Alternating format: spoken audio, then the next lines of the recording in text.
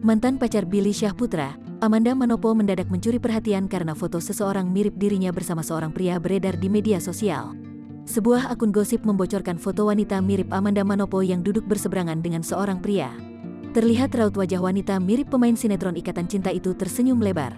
Namun, tidak terlihat wajah pria yang duduk di depannya karena foto itu diambil dari belakang. Namun, dari belakang pria itu tampak berpakaian rapi dan berambut rapi.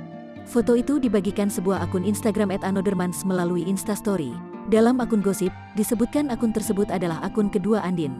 Diketahui, Andin adalah tokoh dari sinetron Ikatan Cinta yang diperankan Amanda Manopo. Saking hitsnya sinetron tersebut, nama karakter Andin kerap dibawa-bawa netizen di media sosial.